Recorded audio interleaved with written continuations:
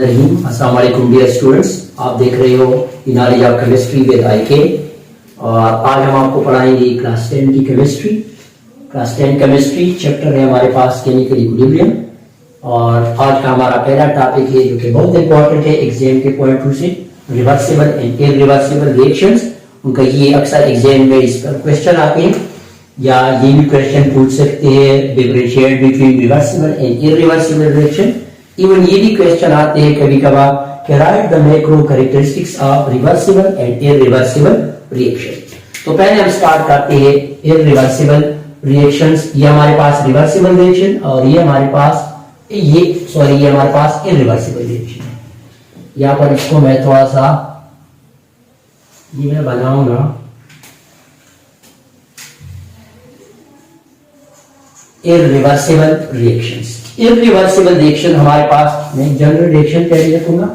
हमारे पास for example हमारे पास iodine है, वो रिएक्शन कर रही है हाइड्रोजन के साथ, इसका प्रोडक्ट बनेगी 2 मोल हाइड्रोजन आयोडाइड। यह हमारे पास एक जनरल रिएक्शन है। अच्छा, रिवर्सिबल रिएक्शंस की अब अगर हम डिफिनीशन लेके तो हमारे पास ये हो जाएंगी, मतलब ये रिएक्टेंट, ये हमारे पास ये दोनों जो है ये रिएक्टेंट है और ये जो है इसकी product.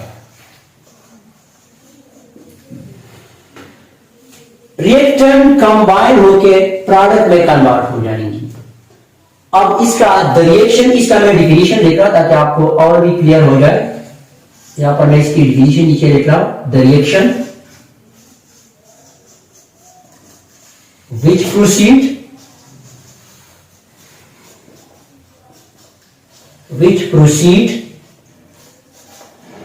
in forward direction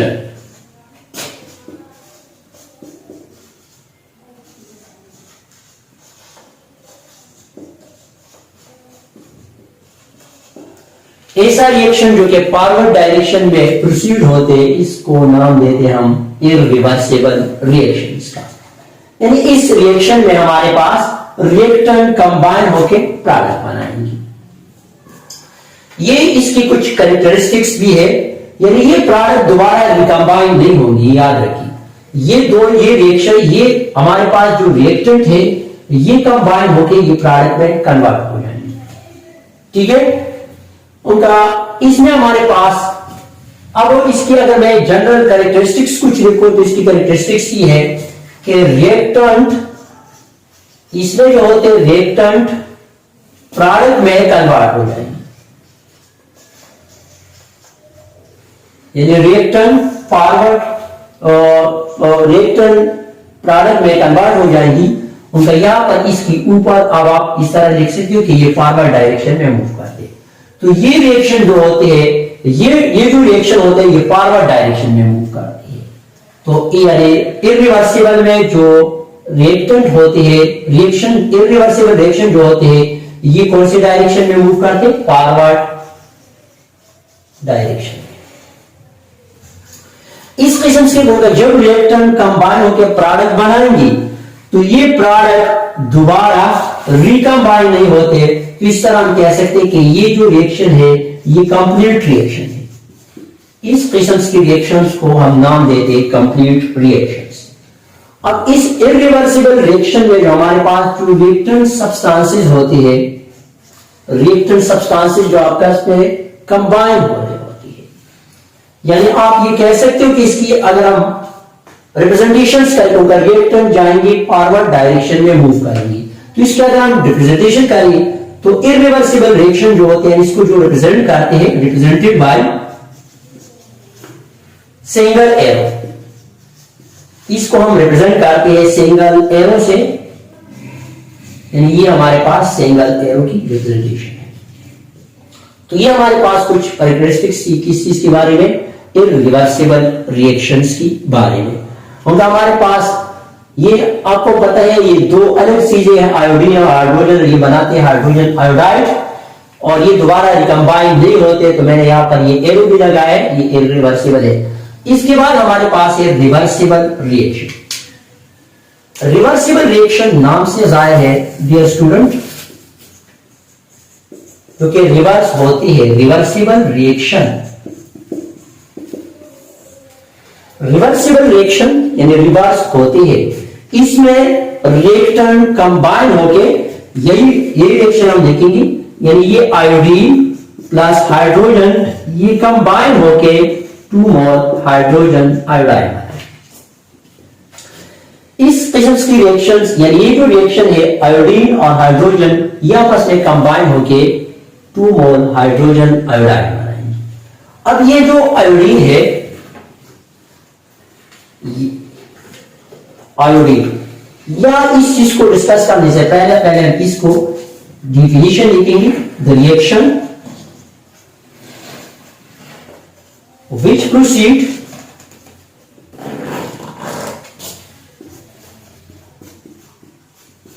forward and reverse directions, forward and backward भी लिख सकते हो या रिवर्स भी लिख सकते हो, फॉरवर्ड एंड बैकवर्ड भी लिख सकते हो, बैकवर्ड डायरेक्शन। ऐसा रिएक्शन, ऐसा केमिकल रिएक्शन जो कि प्रोसीड होते हैं फॉरवर्ड डायरेक्शन में भी और बैकवर्ड डायरेक्शन में भी, इस किस्म के रिएक्शन को हम रिवर्सिबल रिएक्शन बोलते हैं। रिवर्सिबल रिएक्शन में फॉर एग्जांपल हमारे पास ये आयोडीन है, ये आयोडीन है और ये हाइड्रोजन है। आयोडीन जो है बेटा ये हमारे पास एक कलरलेस गैस है, कलरलेस गैस, सॉरी आयोडीन जो है हमारे पास ये एक पर्पल, इसकी जो कलर है ये पर्पल किस्म की है, ये हमारे पास कलरलेस है, इसका कोई कलर नहीं है। और इन दोनों को जब हम टेस्ट ट्यूब के अंदर डालते हैं और इसको हम हीट अप करते हैं तो इसके रिजल्ट में हमारे पास हाइड्रोजन आयोडाइड बनती है, लेकिन ये भी कलरलेस होता है। क्या हो जाते हैं? कलरलेस। तो इसका मतलब ये है कि हमारे पास ये दोनों आयोडीन और हाइड्रोजन कंबाइन होकर ये फॉरवर्ड डायरेक्शन में ही मूव कर गया, तो हाइड्रोजन आयोडाइड तो बन गया, एक कलरलेस गैस बन गया। अब इन दोनों की ये जो दोबारा रिकंबाइन हो जाते हैं तो ये बैकवर्ड डायरेक्शन में या रिवर्स भी बोल सकते हो या बैकवर्ड डायरेक्शन भी बोल सकते हो। ये दोबारा रिकंबाइन होके जब ये रिकंबाइन हो जाएंगी तो इनसे वाटर्स की एवापोरेशन होने के बाद ये बन जाएंगी हाइड्रोजन और साथ ही आयोडीन बन जाएंगी। दोबारा मतलब ये क्या हो जाएंगी? अलग अलग हो जाएंगी, हाइड्रोजन और आयोडीन में कन्वर्ट हो जाएगी। तो इसलिए हमने यहां पर रिकैटिफिकेशन में the reaction which proceed forward and backward direction is called reversible reaction. इसकी कुछ कैरेक्टरिस्टिक्स है और पहला कैरेक्टरिस्टिक इसका है, पहला जो है तो इससे में जब रिएक्टेंट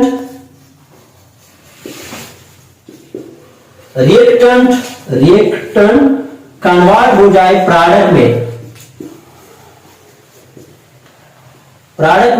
यानी जब रिएक्टेंट कन्वर्ट हो जाए प्रोडक्ट में, ये प्रोडक्ट दोबारा रिकंबाइन होके रिएक्टेंट बनाते हैं। पहला कैरेक्टरिस्टिक्स का ये। दूसरा, ये जो आपको पता है फॉरवर्ड और बैकवर्ड दोनों डायरेक्शन में ये मूव करते हैं। अब ये जो रिएक्शन होते हैं इस तरह ये प्रोसेस रिपीट होते हैं, उनका रिएक्टेंट प्रोडक्ट में प्रोडक्ट दोबारा रिकंबाइन होके रिएक्टेंट बनाएंगी, तो ये हमारे पास इस किस्म की रिएक्शन को हम कह सकते हैं कि ये इनकम्प्लीट है, ये कंप्लीट नहीं होते कभी भी। अच्छा, इसके अगर हम रिप्रेजेंटेशंस करें तो ये जो इसकी रिप्रेजेंटेशन है इसको हम डबल हेडेड एरो से रिप्रेजेंट करते हैं, इसको हम डबल एरो से रिप्रेजेंट करते हैं। डबल एरो हमारे पास ये इस किस्म की, यानी इसके रिप्रेजेंटेशन हम करते हैं डबल एरो से। तो ये हमारे पास रिवर्सिबल के बारे में कुछ कैरेक्टरिस्टिक्स थी, कुछ प्रॉपर्टीज थी जो कि हम यहां उनका ये हमारे पास पहले ये रिएक्टेंट प्रोडक्ट होता था, फिर ये हमारे पास उनका ये इनकम्प्लीट, जब प्रोडक्ट दोबारा रिकंबाइन होकर रिएक्टेंट बना है तो ये इनकम्प्लीट नहीं होते, ये इनकम्प्लीट रिएक्शन होते हैं। इसको हम डबल एरो से रिजल्ट करते हैं। इसके लिए मैं आपको अगर एक जनरल सा रिएक्शन दूंगा तो एक ही रिएक्शन से आई थिंक ये दोनों आपको क्लियर हो जाएंगे। इधर देखिए ये हमारे पास एक टेस्ट ट्यूब है, ठीक है, या फ्लास्क है या एक टेस्ट ट्यूब, सॉरी ये फ्लास्क है, ठीक है। इस प्लस के अंदर हम लेंगे कैल्शियम कार्बोनेट। क्या लेंगे? Calcium carbonate. यानी आपको पता है हम जब कैल्शियम ऑक्साइड का कार्बन डाइऑक्साइड के साथ रिएक्शन करेंगे तो ये बनाएंगे कैल्शियम कार्बोनेट।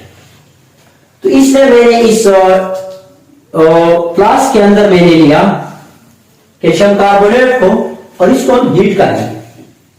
जब ये इसको हम हीट करेंगे, याद रखिए, तो इसकी हीटिंग के रिजल्ट में उनका इसके ऊपर, इस प्लस के ऊपर में कोई कार्ब या आप कह सकते हो कि कैप नहीं रखूंगा। ओपन है, ये ओपन माउथ ये प्लास है, इसके ऊपर मैं कोई कार्ब या कैप नहीं रखूंगा।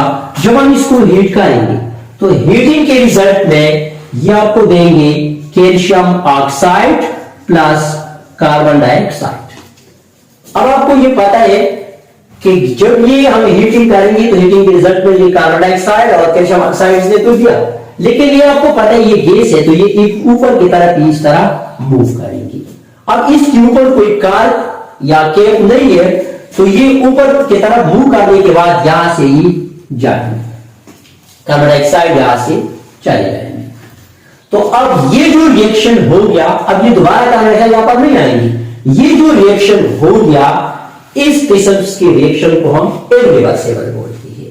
यानी कैल्शियम कार्बोनेट ने को जब हम हीट करेंगे, यहां पर में हीट करेंगे तो हीटिंग के रिजल्ट में आपको देंगे कैल्शियम ऑक्साइड प्लस CO2 और ये यहां से निकल जाएंगे। तो ये हमारे पास ये जो रिएक्शन है, ये हमारे पास इरिवर्सिबल रिएक्शन है। वही कंडीशन हम लेते हैं, लेकिन इसे यानी इस ट्यूब के अंदर उसी तरह हमने लिया, यही कैल्शियम कार्बोनेट को हम अगेन हीट करेंगे, लेकिन अब क्या करेंगे, इसके ऊपर मैं कैप रखूंगा। ठीक है, अब ये ओपन नहीं है। जब हम इसको हीट करेंगे तो हीटिंग के रिजल्ट पे आपको again calcium oxide plus carbon dioxide देंगे। अब ये कार्बन डाइऑक्साइड वही गैस है, ऊपर की तरफ मूव करेगा, नो डाउट, लेकिन इस कैप के साथ टकराने के बाद ये दोबारा इस तरह नीचे आएंगे और ये कैल्शियम ऑक्साइड दोबारा कार्बन डाइऑक्साइड के साथ रिएक्शन करेंगे और फिर वही चीज बन जाएंगी। तो ये जो रिएक्शन है यानी कैल्शियम कार्बोनेट का जब हम हीट करेंगे तो हीटिंग के रिजल्ट में आपको कैल्शियम ऑक्साइड प्लस CO2 देंगे, यानी वही चीज दोबारा बन जाएंगी। तो ये जो रिएक्शन हो गया, ये जो मैंने इस कैप को इस प्लास के ऊपर रख दिया, बंद कर दिया, ओपन प्लास के अंदर जो हो गया वो हमारे पास इरिवर्सिबल था। लेकिन जब मैंने यहां पर प्लास के अंदर, प्लास के ऊपर कैप रख दिया तो हमारे पास जो रिएक्शन हो गया वो हमारे पास था रिवर्सिबल रिएक्शन का प्रोसेस रिवर्स हो गया। ठीक है।